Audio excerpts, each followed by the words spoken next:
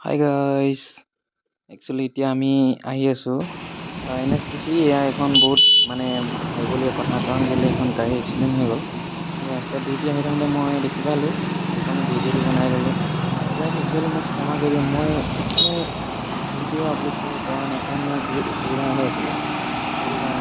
আৰু এতিয়া মই ডিউটি গৈ থাকোঁতে এখন বিপদজনক এক্সিডেণ্ট হৈ গৈছে আৰু গাড়ীখন একচুৱেলি ইমান মানে হেৰি হোৱা নাই কাৰণ কেলৈ যাওঁতে মানে হৈছিল ভাঙিলে নেকি